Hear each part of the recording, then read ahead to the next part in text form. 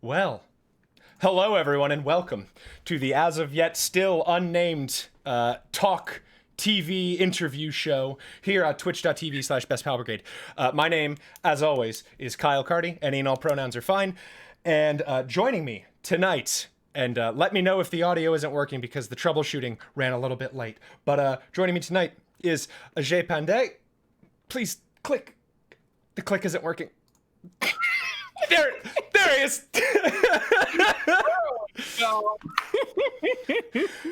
There he is. Ajey, how are you tonight? I am doing real good. I am the standard amount of exhausted you'd expect from Everything. the pandemic. Yeah. From all of it, you know? From all of it.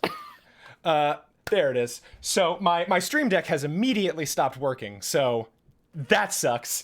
For those of you who are unaware, if you want to get some basic information about Ajey, you can type in the chat !guest, and it'll pull up some information that'll sort of get you up to speed. Links to the Bolt Kickstarter, which is live right now. It's got 8 days left, and at the time of recording, it is at $18,500, which is fucking amazing. I am. I will bump the audio. But for those of you who are unaware, Bolt is a toolbox tabletop role-playing game that utilizes a D10, D4 system. The D10 is what you use to make your skill checks, and the D4, similar to like a Genesis or a mixed success from a Powered by the Apocalypse game, determines additional complications, whether they be good or bad, and it is designed to resolve quickly, have deadly fights, and to just overall be an absolute goddamn delight to play.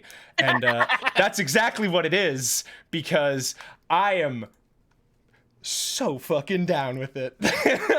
But Ajey is a game designer with a lot of very interesting takes about RPGs, and just by sort of creeping through his Twitter, an overall cool dude, and I can verify that because of the very fun conversation we had before we went live.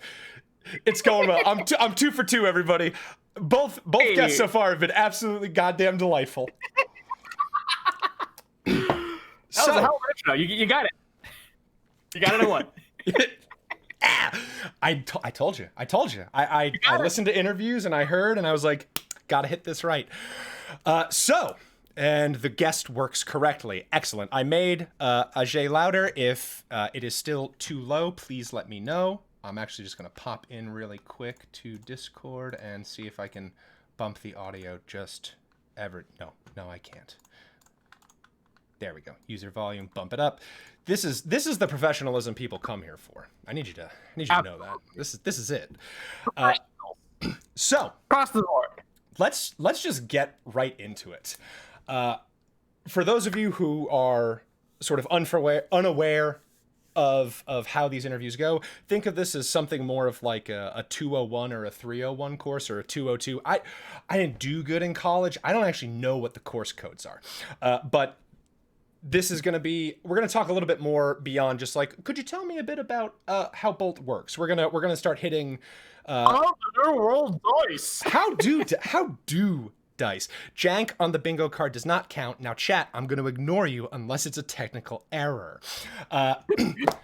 So you've taken the approach of Genesis's very engaging mixed success system, but you've boiled it down to this like absolute core in a way that's very different than, say, like a Powered by the Apocalypse's approach to non-binary successes. As someone who has just finished running 2 Genesis campaigns on this stream, one thing that did become a bit of a problem, even with the dice roller, is the length of time between rolling and interpreting the dice results. Oh yeah, like good. No. So here's the end of the question. Can you tell me a little bit more about some of the maybe failed attempts or prototypes before you landed or the D4 idea like clicked into place? I honestly forget. Like really, like the one thing I really like about Genesis is that like because the rolls take forever, it becomes a big old ritual every time. Like reading the bones becomes a ritual for Genesis. Absolutely. And And like I still remember like the first time I watched the campaign podcast do Star Wars, like a gunfight in Star Wars FG, and I was like, oh, this system is designed for escalating spiraling chaos. Like that's what the advantages and threats are like. Just like for like Star Wars bullshit to happen outside of whether you do the thing or not. It does have that very like cinematic, like they self-describe themselves as an approach to like cinematic action, and Yeah. I feel like you're saying the ritual does really contribute to that. Like then you get like, and as you get like higher and higher up, you get like weirder and weirder rules of like, okay, what does 3 successes, 2 threats, and a despair look like? You know? Oh my god! By the end of one of the campaigns, we were playing a very high level one. Some of them were rolling because we had a chat like donation incentive, which was like your next dice pool is 5 yellow dice in addition to whatever blues and stuff. And the villain had like all defense and nemesis and all that stuff, and so it was very frequently like versus 4 to 5 red dice, and so the amount of times it was like 3 triumphs, 4 despairs. We were like, oh well, fuck, I have to learn how to interpret this real quick. But the D4, what I really love about it is the elegance of the solution. Like 4, if you roll a 4 on it, you succeed with like extra beneficial things added to it. If you get a 1 on it, then you succeed or fail based on the D10 rolls with additional complications. And while the most recent text version that I have read didn't say that 2 and 3 really contribute anything in that regard, I think that would also be very easy for a GM to just be like, okay, well, 3 is like a little bit of good and 2's a little bit of bad. But the D4, why D10 D4? Like if So yeah, like one of my big beefs with Genesis, as much as I love the core resolution system, is that like the probabilities behind it are really obfuscated. Like it's not really clear like which is better. Is 4 greens better than 2 greens and a yellow? Yeah. Who knows? You have to pull out an Excel spreadsheet. I don't even think the Excel spreadsheet would save you there. That always bugs me, partially because I really like playing games where like you kind of have to like make decisions as much as like rely on dice. And which is why I like Lancer, because like Lancer is always, you have options, pick your options. The roll might help, it might not. Yeah. So really it came down to one of the probabilities to be clear, which is why I went D10 of like +1, you're plus 10%. Problem solved. And then for the D4, like same deal of like, it's a pretty clean probability of when weird shit happens. And I just wanted to make weird shit happen as much as possible, hence the smallest die I could. I like that. And from like a much simpler point of view, I guess I would say, like, I don't even want to call it like reductionist, but just from like my little like goblin hands, I like to touch the D4. It feels good. So I managed to get the pointiest dice in the collection. And I don't know, like you did. And like, here's the thing: I built the system based on like online die rollers because I always kind of play games online. So I didn't think about how a D10 and D4 feel in your hand until like months into development. I was like, oh, this feels weird in your hand, and when you roll it next to a microphone, it sounds weird. It has a very unique tactile sense to it. Yeah, and that was very much unintentional. Like I remember with the Violetti, like he talked about how he once built an entire combat system around rolling 5d6 feels amazing. And I went the other way around. I went for what makes most sense on a dice spot. Like the first thing I did beyond like setting up skills or setting up like the core attributes was like literally simulated the entire die engine in Excel of like, what are the probabilities if I do XYZ, if I change these bonuses, if I like change the die, like what kind of probabilities come out of that? So Excel did in fact save me. for this system. To hear that, chat? I deliberately made it simple, and I deliberately went with the D10 because I like swingy dice. Like, I know people often have an issue with, like, oh, swinginess, and I was like, no, I'm the exact opposite. As much as I respect Fate for what it's doing, I hate the fact that it's a bell curve. Fate is a bell curve based around plus or minus 0, and I don't want predictable rolls. I want chaos.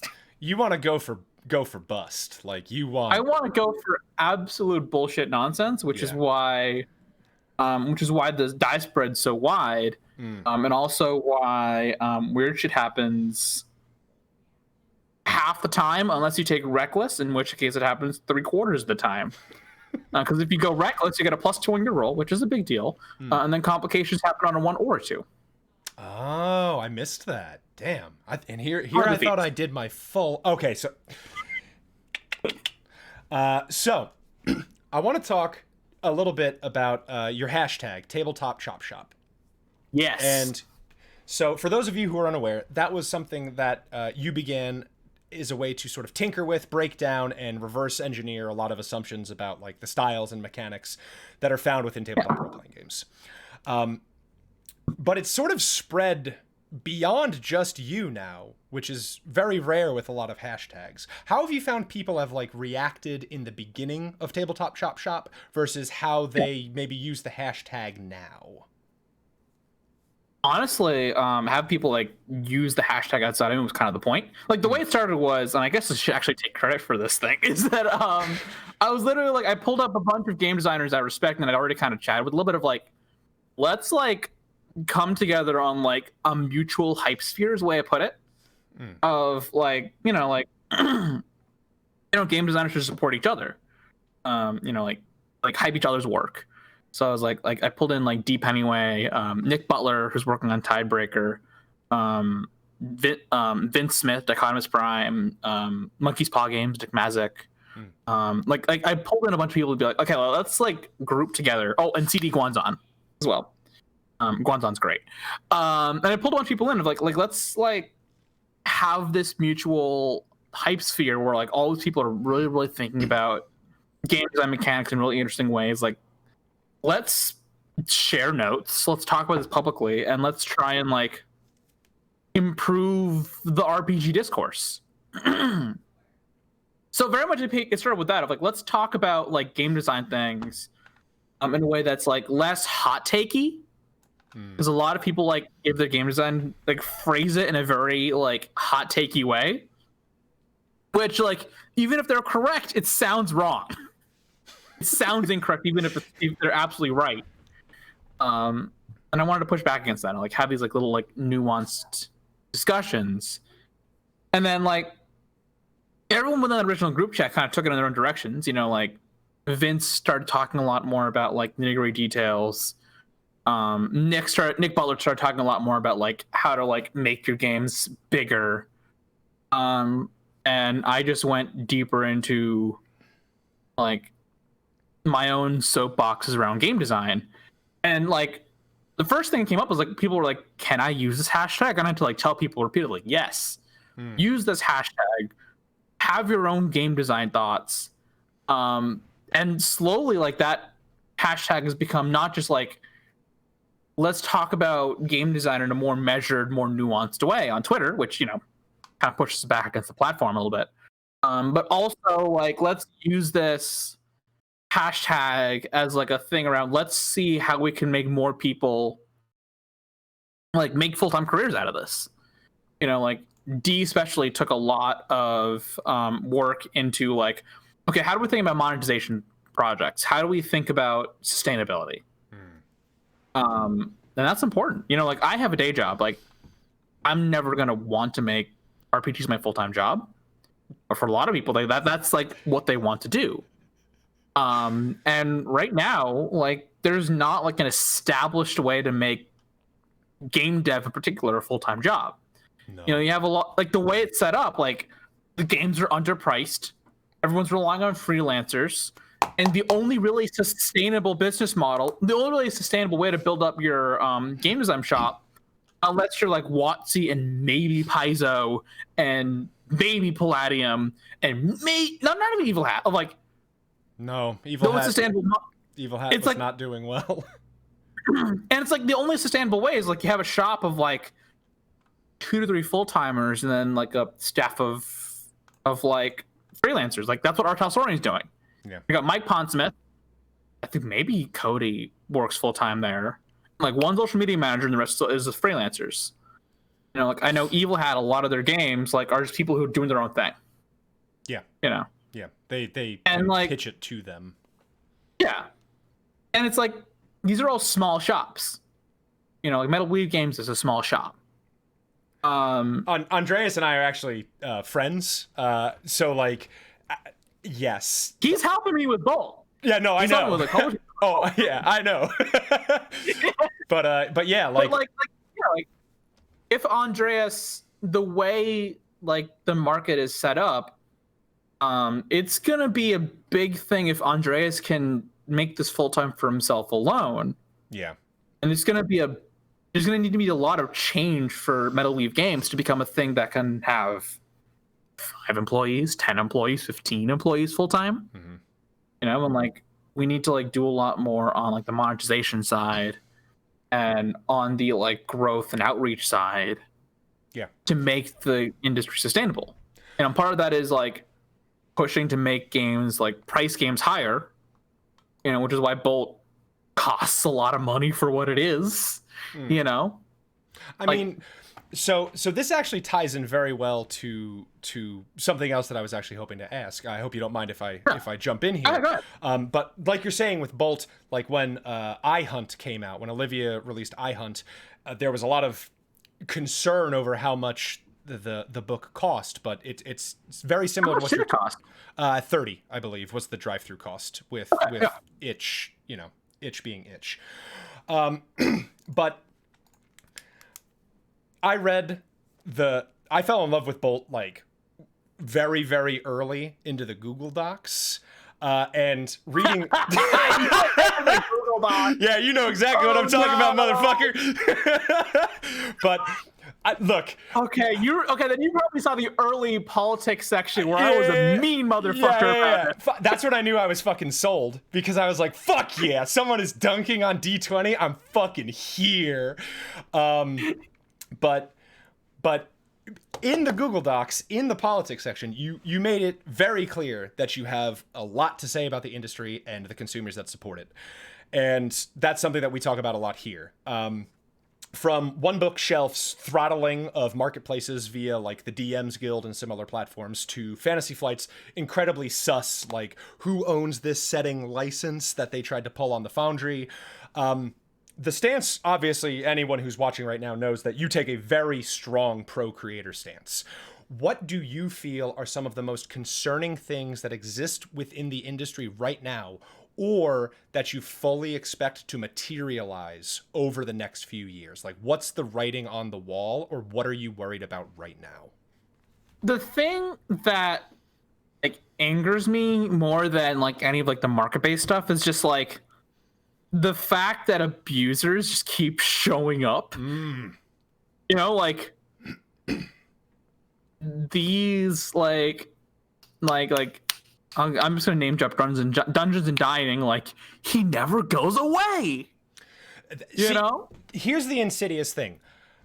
I'd like to imagine, because I try to work full time in the tabletop industry, I like to imagine that I'm relatively tapped in. I have no fucking idea who that is. Like, I just became tangentially aware of the dialogue on it like 3 days ago, and that sort of speaks volumes about just how like insidious and built into a lot of tabletop spaces this sort of thing is. So yeah, and it's like they're just abusers left and right. Like I remember like, you know, Ben Chong showing up like, oh, him too, you know, and it's like that really frustrates and worries me. Of like, oh, like there are bad actors all over the place and they don't go away. No, and in fact, a lot of them do better and like make more money on their work than I do.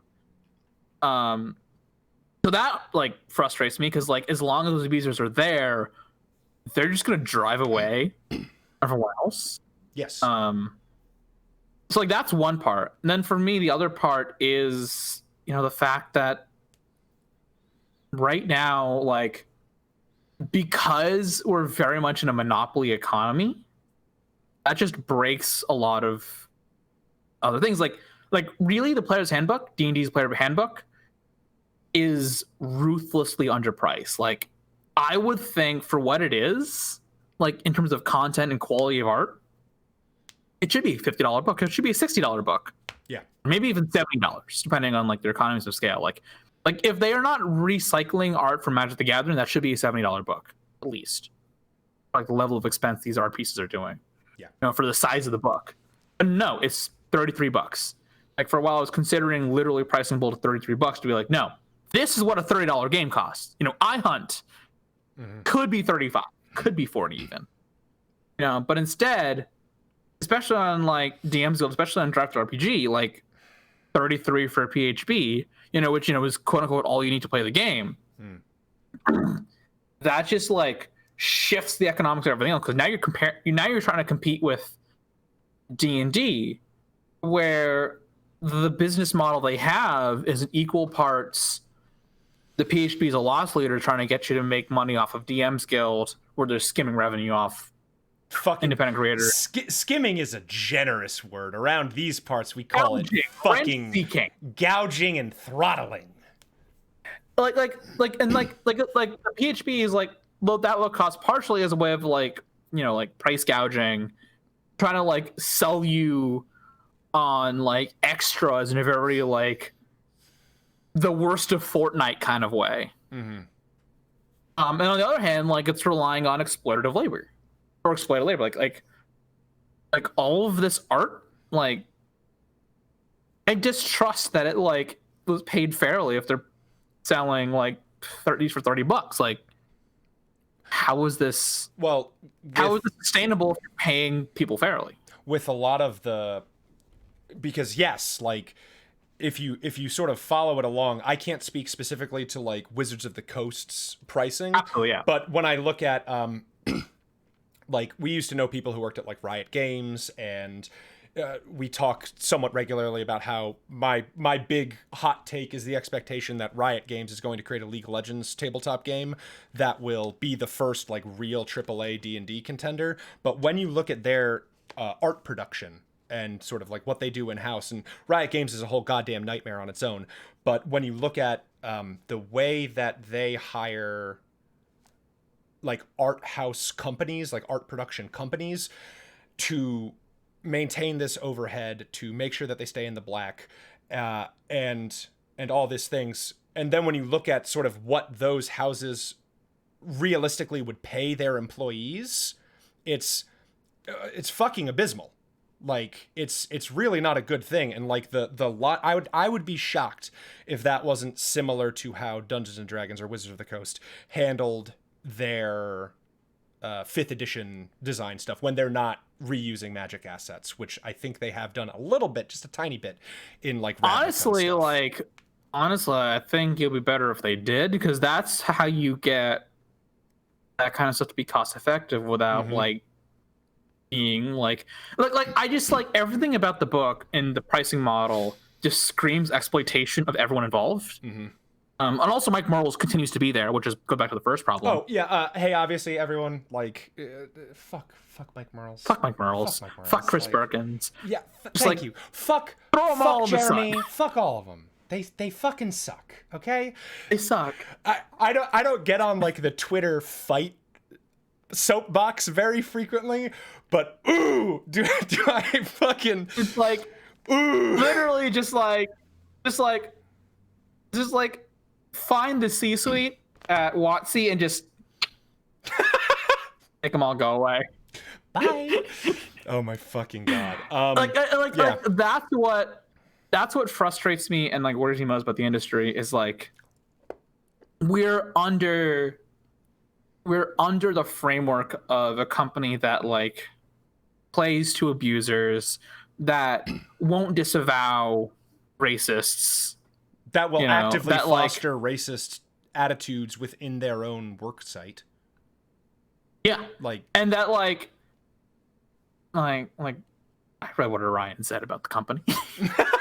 You know? yeah, but yes, I absolutely agree. So like, when it comes to profitability, I know that we're way off, way off, but that's fine No, because but this is the part shop of talk. what Bolt is now. Exactly, this is the shop talk. Like literally like now that the game's written, like this is the soapbox I'm on. Like this is why Bolt costs $35. Yeah. This is why I'm like trying to go out of my way to like make accessibility happen.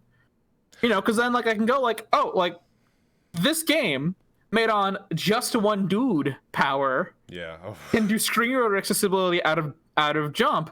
What's your excuse, Evil Hat? What's your excuse, Green Ronin? Yeah. Why can't you do this? What's going on? You know, What's like, going on over there, AA publishers and AAA publishers? If I can invite you to sit on a reused art asset, that little robot, that's from a previous adventure we published. One of our viewers contest drew it. We commissioned him. That's reused assets. If you can't find a way to pay the people that work for you a respectable, ethical wage, you have failed them, and you have failed the industry. And if you are gonna go on your soapbox about how your game is a toolbox, and then you're not gonna give any actual tools, and you're gonna skim off people who do the work for you, like I think about like I've said this offhand a couple of times of like WotC is the Bethesda of role playing games. Of like, sure, you can mod Skyrim, and Fallout 3 to fix all the problems with these games. Doesn't make Skyrim a toolbox because you can put Thomas the Tank Engine in there. You know, that's a really good one. It means you modded the game to work despite itself. Our go-to comparison, or more accurately, my go-to comparison, I don't want to speak for like Kat or Lauren or the viewers or anything like that, is D&D is McDonald's. It is the McDonald's of tabletop role-playing games. It is run by a gigantic soulless corporation, and it underprices everybody else out of the market. And it's not very good, and you should know that it's not like good. But every now and then it's like, I could fuck up a Big Mac though. Now you want me to go, now I want a Big Mac. Fucking hell. Meanwhile Bolt is like a fucking like halal like street cart on the side, and you ask them for a kebab, and the guy's like, I got like 3 different kinds of spices, so this does not narrow it down for me. Oh my fucking god! On an absolute tangent, when we moved to a new place like a year or two ago. We used to live in a place where there was food everywhere. There's no fucking. It's all Italian restaurants. It's fucking all Italian restaurants where we live right now. Is it like Italian restaurants or like American Italian restaurants? It is like. There are some Italian restaurants. There's a lot of American Italian and American Mexican food around here. And that's fucking it. There was one halal place and it closed down because of Corona. Like, dunzo. Fucking hell. It fucking sucks. It's absolutely brutal. But I could complain about my food problems all day. We could. I want to talk a tiny little bit. Circle back to Tabletop Chop Shop. Because you have gone on the record in these threads as saying that you don't make happy settings, and we talked very briefly about this before the stream, like when I first asked you if you wanted to come on, and we talked kind of quickly about like the grim dark and noble bright like alignment chart. For viewers who maybe aren't familiar with the terms.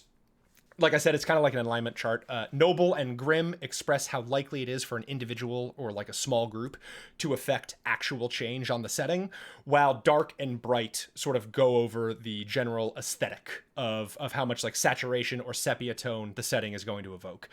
So like as a reference for like, I don't know any good noble bright. My Little Pony is media. like the most iconic one that I could point to and be like, this is noble bright because it's bright, it's colorful, and like bad things don't really happen, and like good people can fix things. Like the power of friendship theme is very noble bright. Like extremely. we will kick the Super Mech's ass with like the power of friendship. It's the optimistic power. But I want to talk.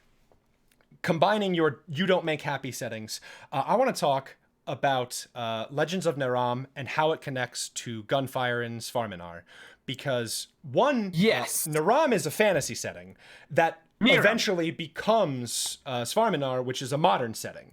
And of the two, how do you think they break down onto this noble, bright, grimdark aesthetic? And do you think that the fact that one directly leads into the other, how does that affect like options for storytelling or player character options for people who are looking to better Naram? Yeah, so it's Niram for once. I should. Damn it!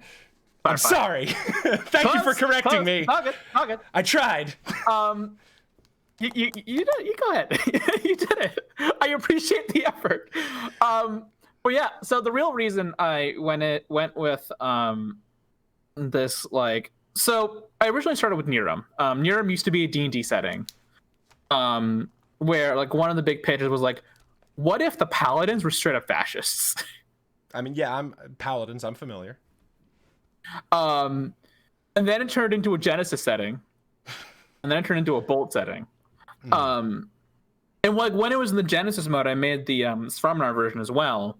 And really, I kind of like on a mechanical level, what these really are like one of the things that really bugs me about Genesis is like, you know, like you have your toolbox system, like give you the toolbox, and then they say like, if you want to make a fantasy setting, here's like a fantasy setting that you can just run in, so that you don't have to like port everything into Forgotten Realms. You can just play in Realms of Terranoth. And if you want to have your modern game, here's Android, here's Shadow of the Beanstalk. Like, have your like modern / cyberpunk set. And I appreciate the sentiment. It's just that Realms of Terranoth sucks. It fucking blows ass. Sucks. It's so bad. It is a knockoff Forgotten Realms without the decency of being interesting about it. They replicate all the Orientalist bullshit in Forgotten Realms, and the only interesting thing they do with, oh, you get to write your own fantasy setting, is, oh, you can do magic with runes now. Like, wow, get the fuck out of here. Dope. Like, if you want a good Genesis setting, look up Sunfall.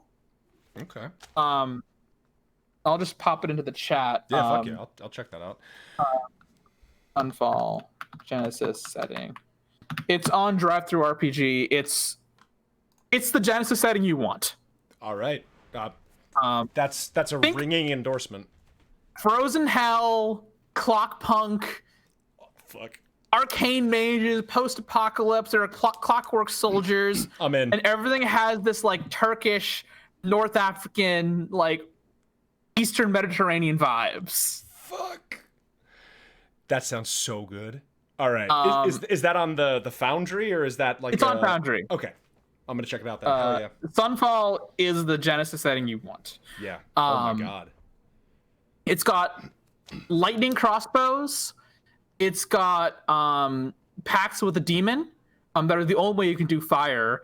And it's got enough lore and like interesting details that you can literally make an entire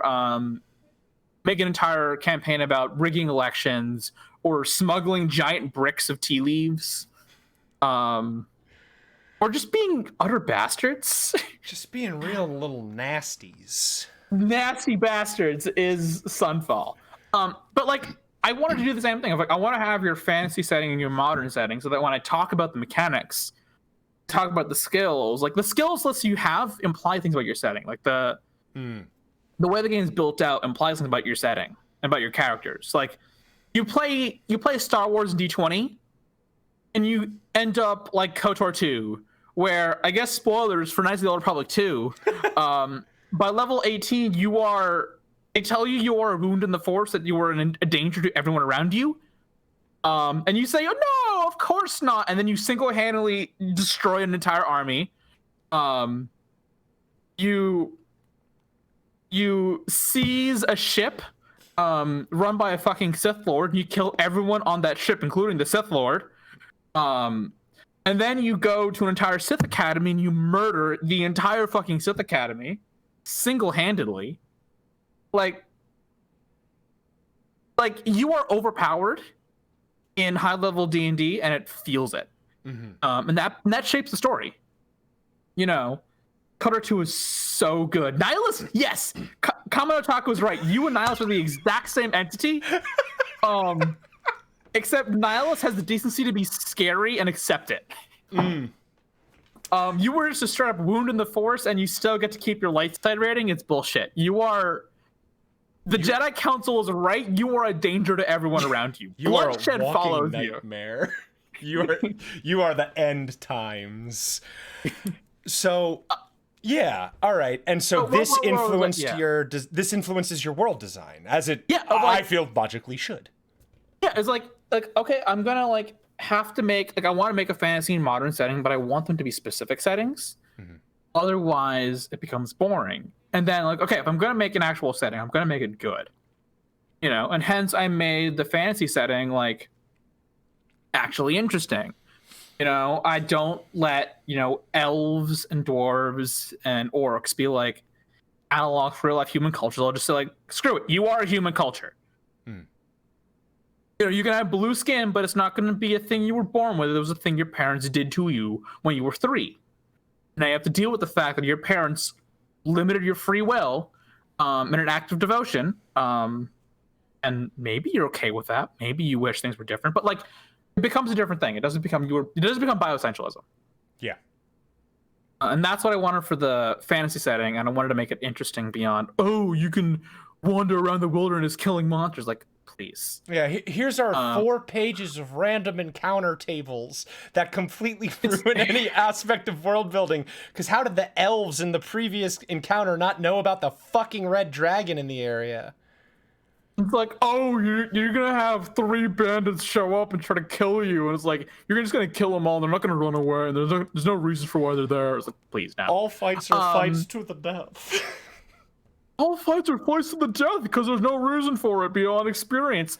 And then I wanted the same thing for the modern setting of shout out to Beanstalk had some good ideas. I'll give him that. But I wanted it to make that interesting too, and I wanted to make that an interesting political situation because I like playing games about intrigue and political violence. And it goes back to that they're both kind of grimdark. There are no easy good guys. In the fantasy version, you play spec ops motherfuckers.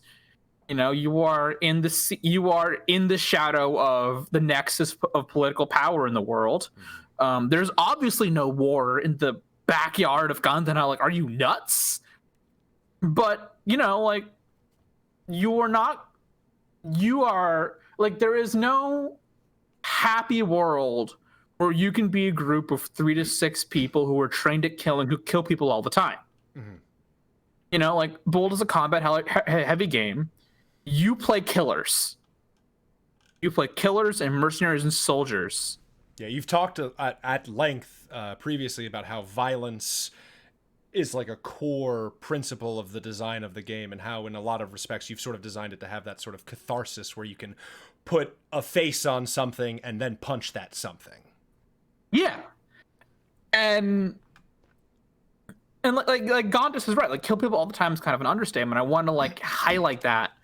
In the fantasy version, you were playing these ops teams in a shadow war. I'm considering when I'm writing the rule org, I might literally just call it the Quiet War of the 960s. The entire valley is awash in blood. But officially, there is no war between the Birbalites and the Kingdom of Pudakya.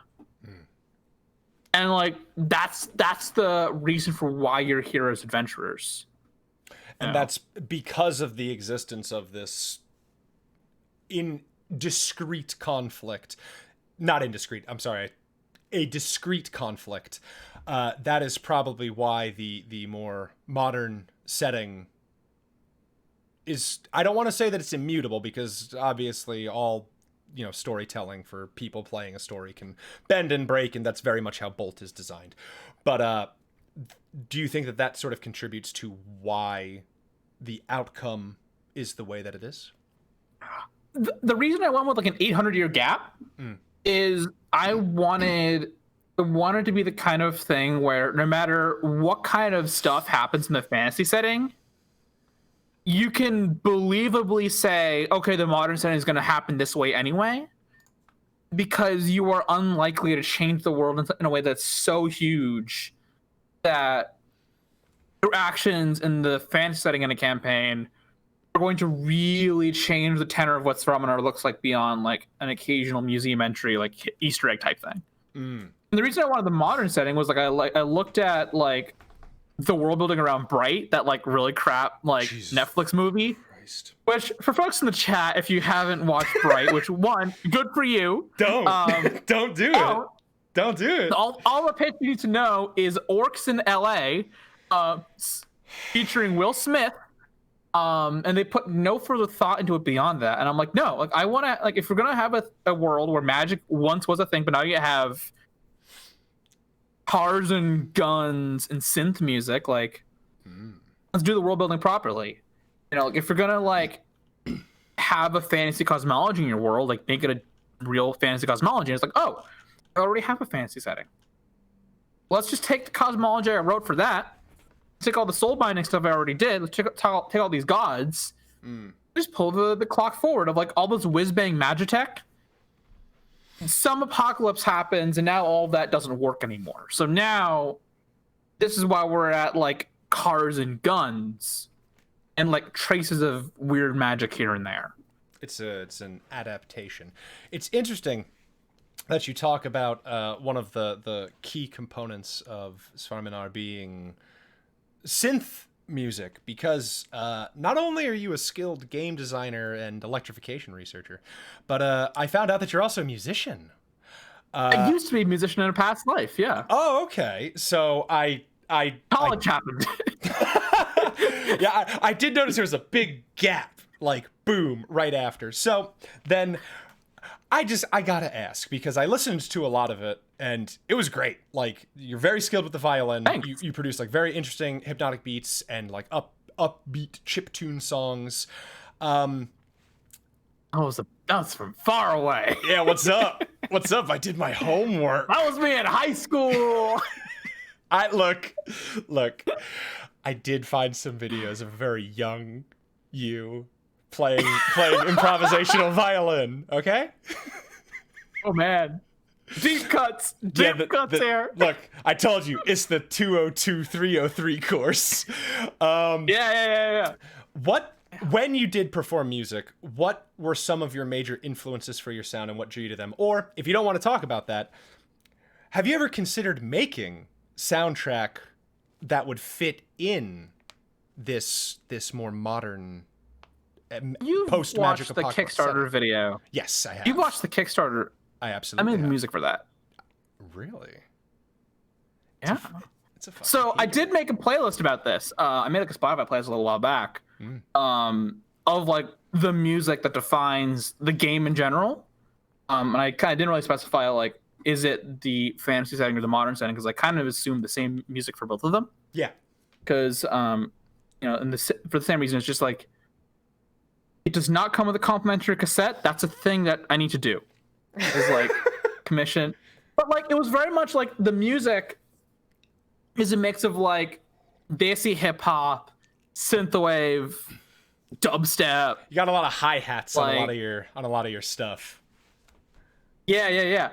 And like if you want to understand like the attitude of Svraminar, just look up Gunda Gold, Okay. Cartel Madras. I'll put it in the chat as well. Like, that is the style of Svraminar.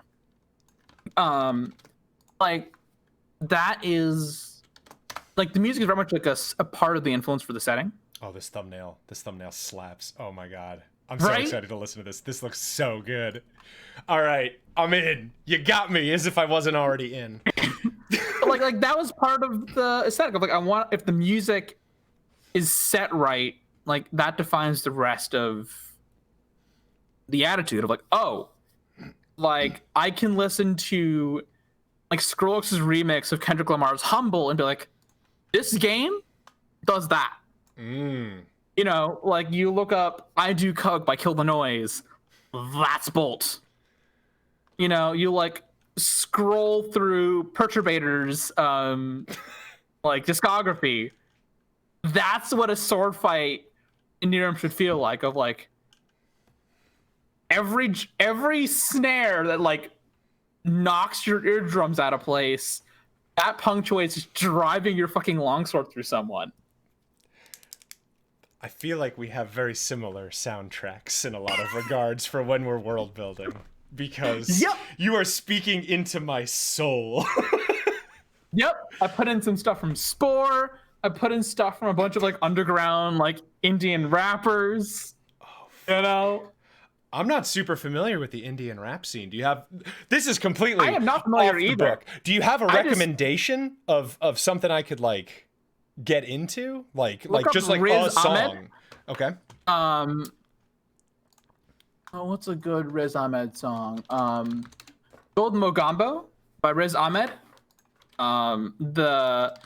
That whole album is very much like him talking about being Pakistani, living in Britain, and framing it like a breakup because it was like as Brexit was happening.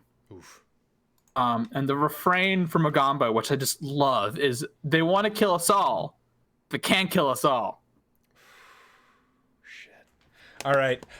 It's so good. I'm going to have a lot of stuff to listen to and read at the end of this interview. I feel like I'm getting... I don't know if it's the actor Riz Ahmed. I have no idea. I only know his music. But like going back to the grimdark thing, like, you know, like this is why it's grimdark. It's like, because I wanted a setting where multiple stories could happen at once. And especially if it's like you have multiple people, like multiple groups of 3 to 5 going around, like shooting people, making things explode. Like, if you have like more than 10 of these like wandering mercenary groups in your modern city, like, it's a bad time. What kind of shit is the city going through? Yeah. And Swarmner is written to be that city of like, oh, this is a city where there would be multiple gunfights happening at once. It's not a happy place. You know, if you wanted to make a Noble Bright setting, you would have to be the adventuring party. Yeah.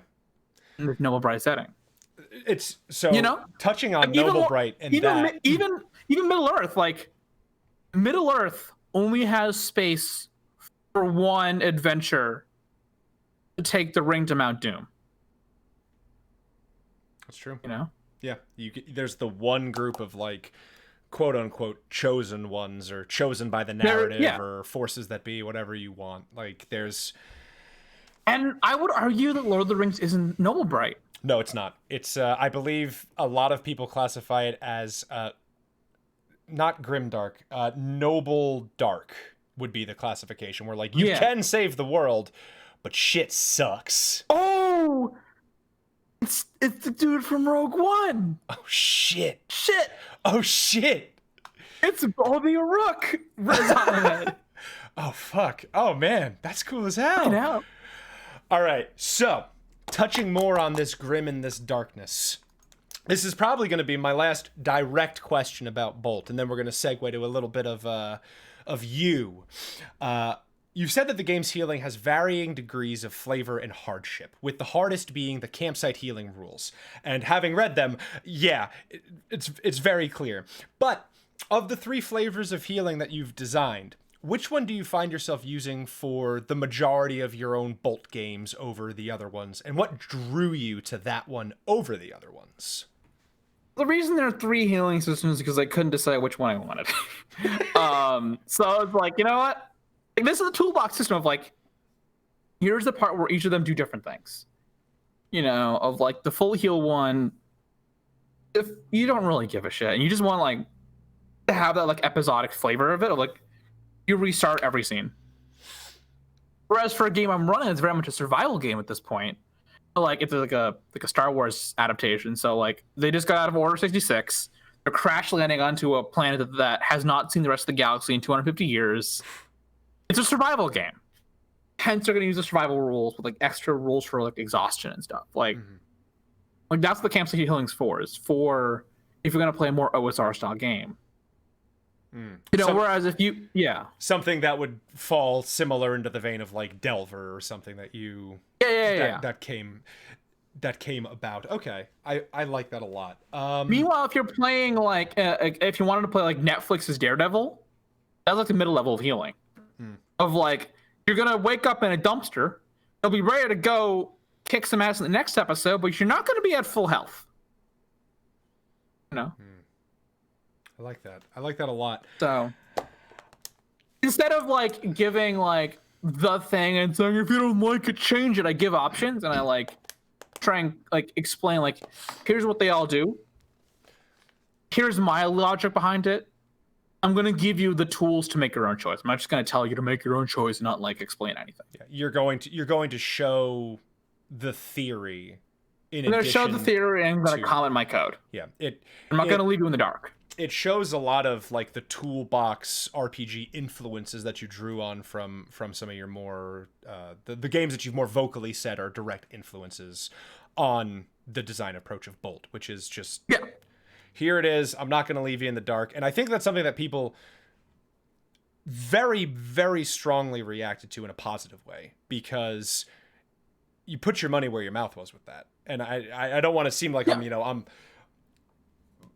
hyping you up because you're on the show. I invite people here who I want to talk to because I like what they're doing. I want a fangirl. So that's what's going on. But enough about Bolt.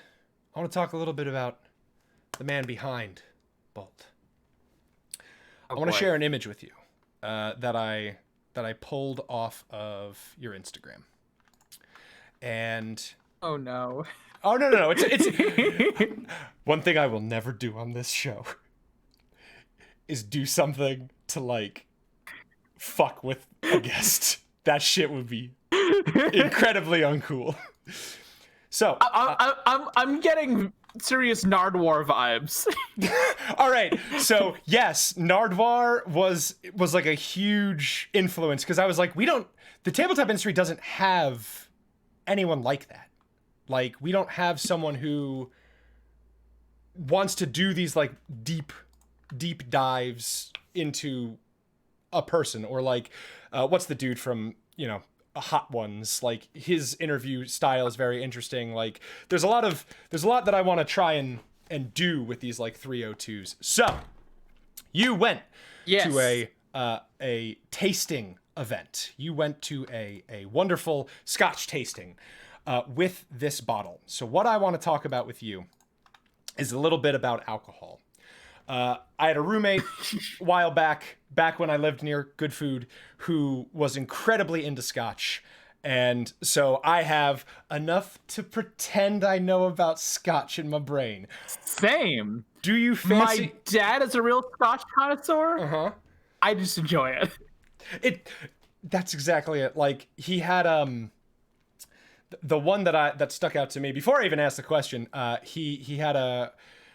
So I pronounced it to someone as Kawila once, and he laughed squarely in my fucking face. So I had to Google how to pronounce. Apparently, it's Kuila. It was a 25-year Kuila, and just blew my fucking gourd. But do you fancy yourself a big Scotch drinker? If you do, what's a bottle that stuck with you to this day, and why did it stick with you? But if you're not, what's another type of alcohol that you find yourself like fondly reminiscing about or sort of wanting with some frequency? Yeah. So I can talk about the Lafroig Select.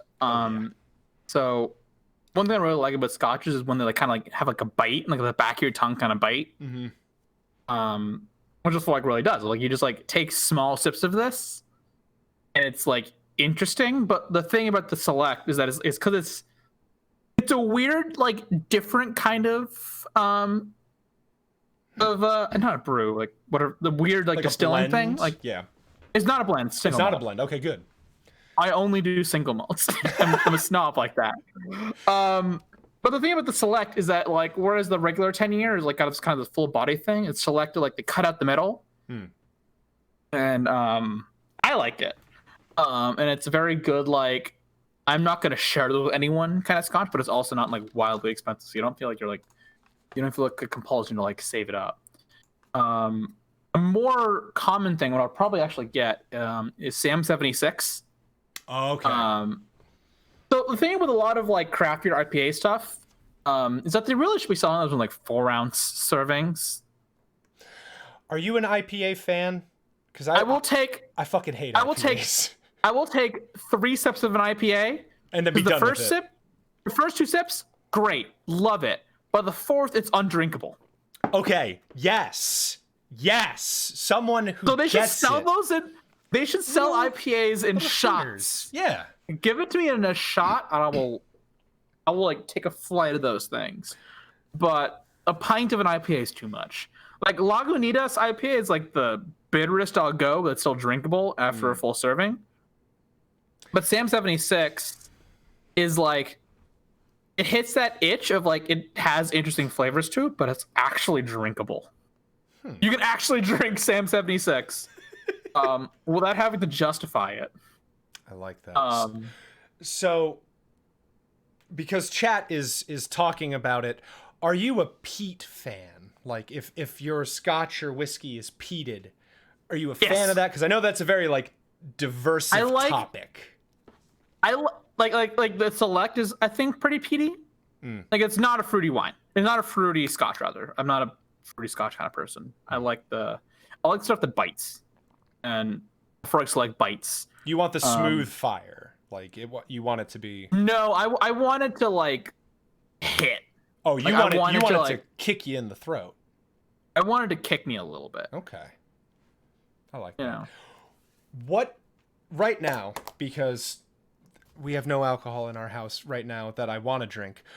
If you could have any drink at all right now, mixed drink, single bottle, a beer, what is the one beverage that you would want to consume right now in this There's a Downy cider with my name on it. Yeah. Dreaming right about it. Right now, I just want my. It's right. The fridge right behind me. Like, I'm grabbing one after we cut the stream. I respect the shit out of that. Maybe I'll grab something on my end. All I have right now is like some fucking cognac and like Hennessy that I use for cooking sometimes, and I'm not. Oh, I gotta tell you, my time I got plain drunk. Okay, so plain drunk is the worst drunk. Okay. The first time I got plain drunk, I watched John Wick Chapter 2 while it happened, and it was amazing. Oh. The second time, I had a little too much to drink while getting plain drunk, and I was listening to Joe Abercrombie, who was a very grim dark author. And I got to a chapter, which I guess content warning for gore. I got to a chapter that was literally just like, oh, we're gonna sew someone's jaw shut. Ooh. Woof. And about that time, the plane got into some turbulence. Fuck. So that was the time I puked in an airplane bathroom. No. Oh my god, that sounds real bad. That sounds like a very unfun experience, considering the sanitation of an airplane toilet. And the worst thing is that was on it gets worse. Transatlantic flight. No. Okay, how many hours into the flight was it though? I think it was midway through. Oh no. From Logan Airport to Paris Charles de Gaulle. No. I'm very sorry for your loss. It was a hell of a story. It's a good one. All right. So,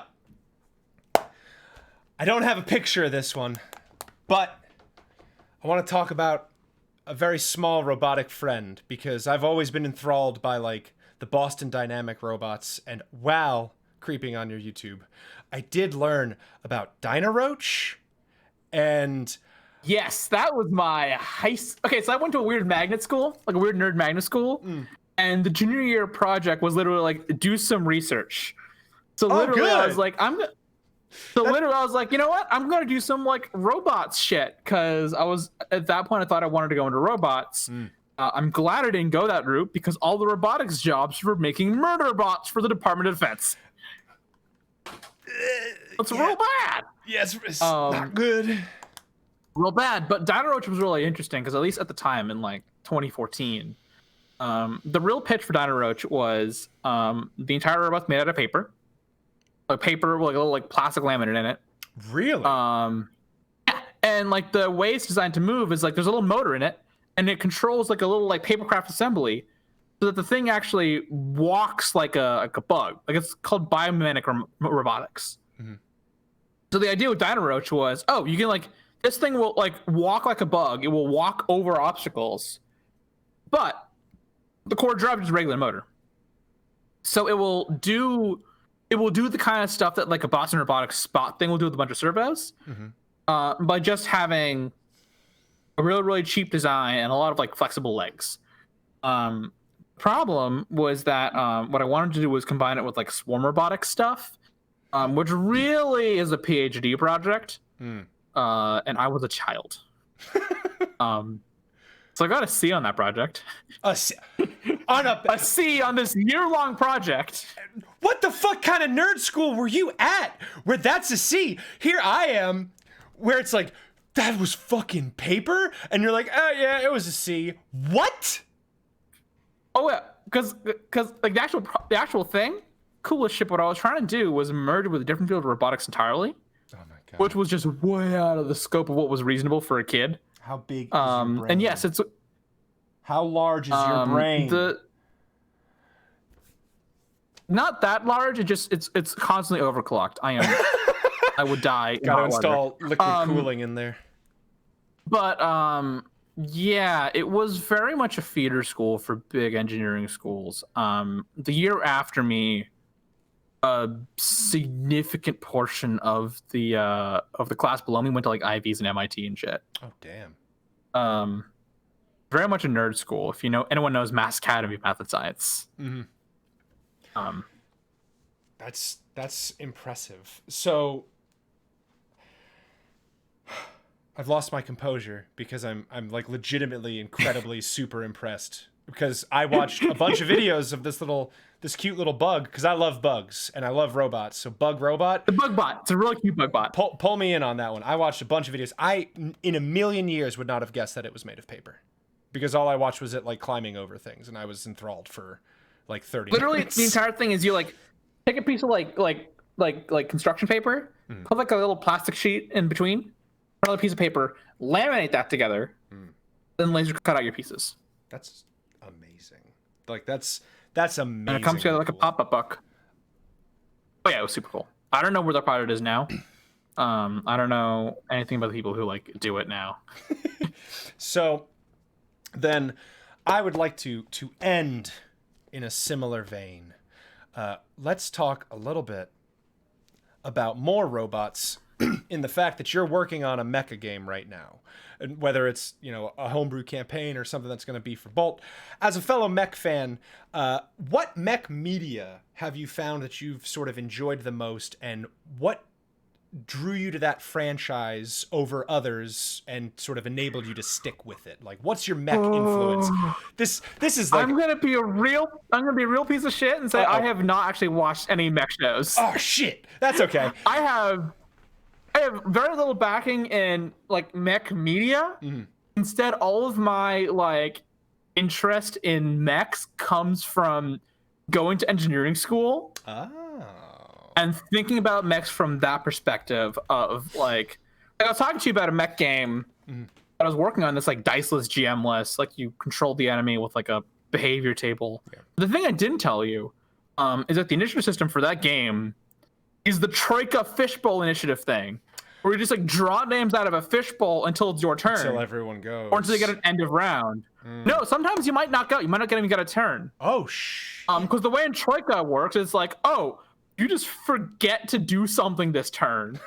And the way it would work in this mech game is, you're the fucking AI and your janky fucking mech just went on a tangent, and your mech just kept turning left, and you spent the entire round wrestling with controls because technology is janky as fuck. You think it's bad when you're on the user side. When you go into the actual scene, the code, and how it's like, oh no, this is all held together with duct tape. Every computer operating system, every piece of technology you rely on, the code is held together with the duct tape. The reason there's a tomato or some other collectible on the other side of a wall that you can't get to is because if you remove that little asset, the entire game crashes, and no one knows why. There's a bunch of programmer comments in the code that are like, someone's gonna have to fix this eventually. What the fuck have you all done here? And then 15 years later, it hasn't been fixed. No, never. And like that's the thing about mechs that intrigues me. Is they're these big, complicated machines. That like Lance really gets into this of like, oh, they break and it's pretty catastrophic when they break, but you just kind of have to roll with it. And that part about mechs really intrigues me. Of thinking of these like big, complicated pieces of technology, and what it would be like to like have to keep like working with them as they fall apart, as you have to kind of fix them on the spot.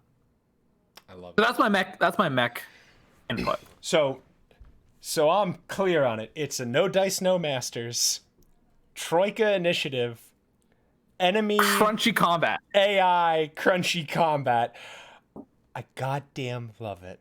I'm absolutely here for it. And honestly, speaking as I may have talked about this on stream before. Speaking as someone who made an entire sci-fi horror like card game role-playing game thing without ever having seen Alien, The Thing, Event Horizon. Like I had seen zero sci-fi horror movies.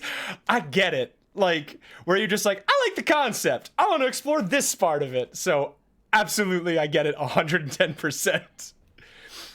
Oh yeah, like my frames of reference for a lot of media is like, I played Breath of the Wild a few years back. I played a lot of Splatoon. You know, like I watched a Let's Play of Max Payne 3 at one point. Like my influences are very scattershot. Because TTRPGs is the first scene where I've actually like researched stuff in that scene. Otherwise, I've always kind of like a scattershot thing. Like I've never really been in a scene before. So, yeah. All right. Very piecemeal influence. I like it.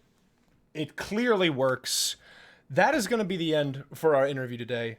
Everybody, if you would be so kind, if you're interested in what we've talked about today, please go, !guest, go follow, and check out the Kickstarter. Do everything that you can. Ajey, thank you so much for coming on to talk to us today. Absolutely super delightful to talk to you. I hope that you had a good time. Thank you for having me. I had a great time. This is great. So that is where we are going to end it right